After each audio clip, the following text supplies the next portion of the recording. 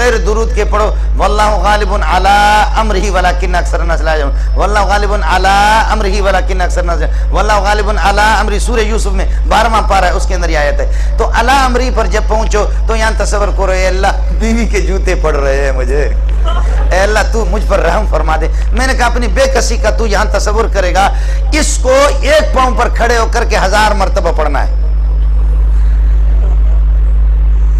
آپ کو سمجھ میں آئی ہے؟ میں بلوچی میں بتا دوں، ایک پاؤں پر کھڑے ہو کر کے 1000 مرتبہ یہ پڑھنا ہے۔ کیا؟ واللہ غالب علی امرہ ولکن اکثر الناس لا یعلمون۔ اب ایک پاؤں پر کھڑے ہو کر 1000 تو اپنی جگہ پر ہے، اچھا خاصا آدمی 150 200 مرتبہ بھی نہیں پڑھ سکتا، گر پڑے گا۔ لیکن دو صورتیں ہیں، یا پڑھو یا بیوی کے جوتے پڑیں گے، یا پڑھو یا مسئلہ ادھر سے بیوی کا مسئلہ ہے۔ اس بوڑھے نے غریب نے اللہ پر پتہ نہیں جا کر کے وضو بنا کر کے کہنے لگے مولانا کیا کروں؟ میں نے کہا دیوار پر ٹیک بھی لگا سکتے، سہارا بھی لگا سکتے، ایک پاؤں کو دوسرے کے اوپر رکھ بھی سکتے، یہ بھی آپ کے لیے اجازت ہے، اور اگر درمیان میں گر بھی گئے جلدی اٹھنا واپس۔ میں نے کہا ہمت نہیں ہارنا ہے، واپس اٹھنا ہے، کہیں تسلسل نہ ٹوٹے، جلدی اٹھنا ہے آپ کو۔ اس بوڑھے نے غریب نے شوگر کا مریض تو جا کر کے وہاں اس نے یہ دم تو کر لیا، دم تو اس نے پڑھ لیا۔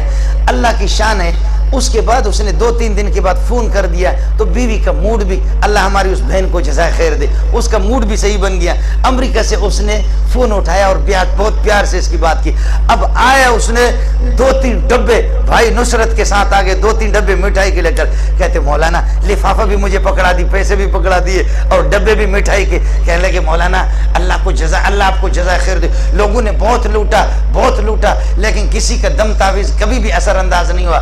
ماشاءاللہ آپ کے یہ دم میں نے کیا، گر پڑا 2-3 مرتبہ گر پڑا، لیکن پھر بھی میں نے ہمت نہیں آ رہی مولانا، میں نے پڑھ لیا۔ پھر اس کے بعد فون کیا، بہت اچھا موڈ تھا، 8 سال سے اس نے مجھ سے بات نہیں کی تھی، ابھی اس نے مجھ سے بات کی۔ مولانا اللہ آپ کو جزائے خیر دے، مٹھائی ڈبے بھی مجھے دیے اور مجھے لفافہ بھی دیا۔ میں آپ کو بتا نہیں سکتا کہ لفافے میں کتنے تھے، بہرحال یہ ہوتا ہے، یہ تو ہمارا اپنا مسئلہ ہوتا ہے، آپ سمجھ رہے، لفافہ بھی دے دیا۔ میں مٹھائی اٹھا کر کے لے گیا اپنی بیوی کو، میں نے کہا کھا، دعا کر لے ہمیشہ بیویوں کی لڑائی ان سے ہو جائے، انشاءاللہ مٹھائی اور بھی آتی رہے گی، کھا تو کھا، انشاءاللہ اس طریقہ پر ہوگا۔ آپ سمجھ رہے نہیں سمجھ رہے؟ ہے مصیبت میں پھر بھی ملا یا ڈی سی سے دم کراؤ نا، کمشنر سے دم کراؤ، ڈی سی صاحب سے دم کراؤ، کمشنر سے کراؤ، اور یہ کہ اللہ آپ کا بھلا کرے ڈی ایس پی کو فائرنگ کرے۔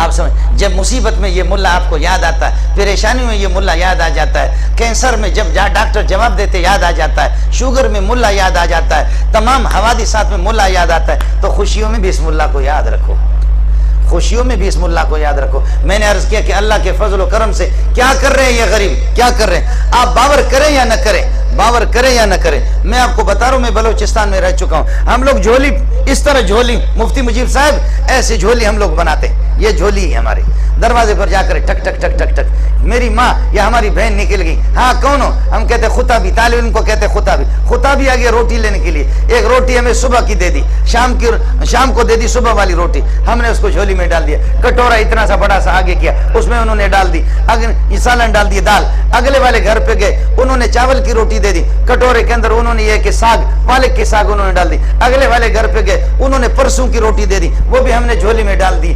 50 قسم کی روٹیاں ہماری جھولیوں میں جمع ہوتی ہے، اور 50 قسم کے سالن، بدبودار قسم کے سالن اس کٹورے کے اندر جمع ہو گئے۔ بلوچستان کا حال آپ کو بتا رہا ہوں، اندرون سندھ کا حال میں بتا رہا ہوں، میرا سب سے تعلق ہے، میں گھومتا پھرتا ہوں، میں نے خود یہ واقعات میرے ساتھ پیش آ گئے۔ تو 50 قسم کی روٹیاں، آج کی، پرسوں کی، ترسوں کی، کالی اور سفید، جوار کی روٹی، مکئی کی روٹی، چاول کی روٹی، گندم کی روٹی، سرخ گندم، سفید گندم، کئی قسم کے گندم، یہاں روٹیاں جمع ہو گئی، 50 قسم کی روٹی، 50 قسم کے سالن اس میں جمع ہو گئے۔ آپ یہاں جتنے سرمایہ دار بیٹھے، انشاءاللہ کوئی سرمایہ دار اس روٹی کو کھا نہیں سکے گا، اس کو چبا نہیں سکے گا، چبائے گا تو اس کے حلق سے نہیں جائے گی، حلق سے نہیں جائے گی، اگر جائے گی تو پھر نکلے گی نہیں، اور اگر نکلے گی تو خون لے کر کے نکلے گی۔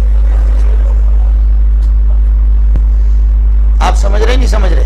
لیکن اس ملا کا ظالم کا ایسا ہاضم ہے، لکڑ بھی ہضم، پتھر بھی ہضم، لکڑ بھی ہضم اور پتھر بھی ہضم، لکڑ بھی ہضم، پتھر۔ کوئی بزرگ کے کوئی سینگ ہوتے ہیں، آؤ مدرسوں میں آپ کو بتا رہا ہوں، اللہ واسطے لوگوں، ڈاکٹر عبدالقدیر خان پر قربان جاؤں، وہ ہمارا ہیرو ہے، سے سر اونچا کر رہے.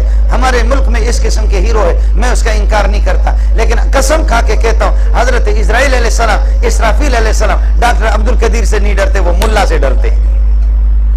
اسرافیل اگر ڈرتا ہے تو ملا سے ڈرتا ہے. اسرافیل نے سور لیا ہوا انتظار میں ہے کہ خالق کب اجازت دے دے میں سور پھونکو سب کو تباہ کر دوں. لیکن حضرت اسرائیل اور حضرت اسرافیل علیہ السلام جب وہ آتے ہیں مدرسوں میں دیکھتے ہیں, رات کو تبلیغوں کو روتے ہوئے دیکھتے ہیں, جماعتوں کو دیکھتے ہیں, بوڑھے بوڑھوں کو تہجد پڑھتے ہوئے دیکھتے ہیں, اور مولوی کو, معصوم بچوں کو 4 بجے بچے اٹھتے ہیں, 4 بجے ہم ان کو اٹھا دیتے ہیں, جھوم جھوم کر کے 8 بجے تک پڑھتے.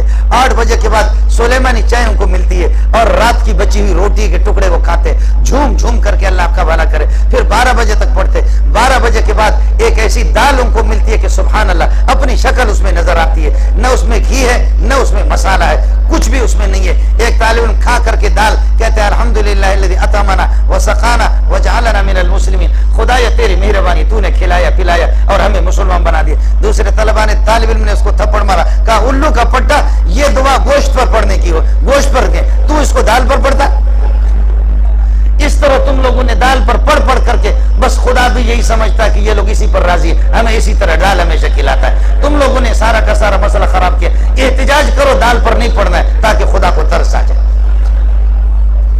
آپ سمجھ, ہمارے مدرسوں میں یہ واقع پیش آیا ہے, یہ ہوا ہے ہمارے ساتھ کہ لڑکوں نے پٹائی کی, دوسروں کہا یہ دعا پڑھنے کی, اس کو گوشت پر آدمی پڑھے, خدا کا شکر ادا کرے, دال پر شکل بھی نظر آ رہی ہے, شکل اپنی نظر آ رہی ہے. آپ میری بات سمجھ رہے نہیں سمجھ رہے؟ خدا واسطے بات ذرا سمجھو. جن لوگوں نے 4 بجے سے قرآن پڑھا, 8 بجے تک سلیمانی چائے پی, 8 بجے سے لے کر 12 بجے تک دال کھایا, زور سے لے کر عصر تک, مغرب سے لے کر عشاء تک, عشاء کے بعد رات کو 11 بجے. اب مفتی مجیب اور میرے یہ جو بوڑھے بیٹھے ہوئے میرے سر کے تاج, آپ مجھے کوئی فیس نہیں دے رہے, قسم اٹھا کے کہتا ہوں مولانا شبیر صاحب میں نے خود دیکھا ہے, یہ بچے 4 بجے سے اٹھ کر کے رات کو 11 بجے تک مسلسل جب قرآن پڑھتے, قرآن پڑھ کر کے اس کے بعد جب یہ بچے رات کو سوتے ہیں, اللہ اکبر, نہ انہوں نے ریڈیو سنا, نہ ٹیلی ویژن, نہ وی سی آر, نہ ننگی تصویریں انہوں نے دیکھی. یہ بچے جھوم جھوم کر کے رات کو 11 بجے تک جب قرآن پڑھتے رہے. اب یہ سو گئے تھکے ہوئے, ٹوپی ادھر پڑی ہوئی ہے, تکیہ اس کے سر سے نیچے سے نکل گیا ادھر پڑا ہوا, جوتے اس کے ادھر پڑے ہوئے, بستر کھسک گیا اس طرح ہو گیا, اور یہ پڑا ہوا خراٹے لے کر کے اس نیند کی حالت میں اللہ کی قسم کوئی یاسین پڑھ رہا, کوئی سورہ نور پڑھ رہا, کوئی سورہ کہف پڑھ رہا. ہم بیٹھے ہوئے ہم نے سنا ہے کئی دفعہ. آپ مجھے کوئی فیس دے رہا ہے یا میں نے کوئی شراب کی بوتل پی ہے کہ جو آپ کو میں قسم اٹھا کے کہہ رہا. بزرگ کے کوئی سینگ ہوتے ہیں, بزرگ اس کو کہتے ہیں کہ جو آپ کے پنڈی اور اسلام آباد کے اندر جس نے یہ بھی صاف کیا ہوا نماز بھی نہیں پڑھتا, اور جب میری مائیں اور بہنیں بیمار ہو کر کے اس کے پاس جاتی ہے جنات, تو پھر سگریٹ لگا کر کے, اس کو تم بزرگ سمجھتے ہو؟ بزرگ یہی ہوتا ہے. السلام علیکم. جی دوستو, آپ نے دیکھا اور سنا شیخ مولانا منظور مینگل صاحب کو کہ شیخ مولانا منظور مینگل صاحب کیا بیان فرما رہے تھے.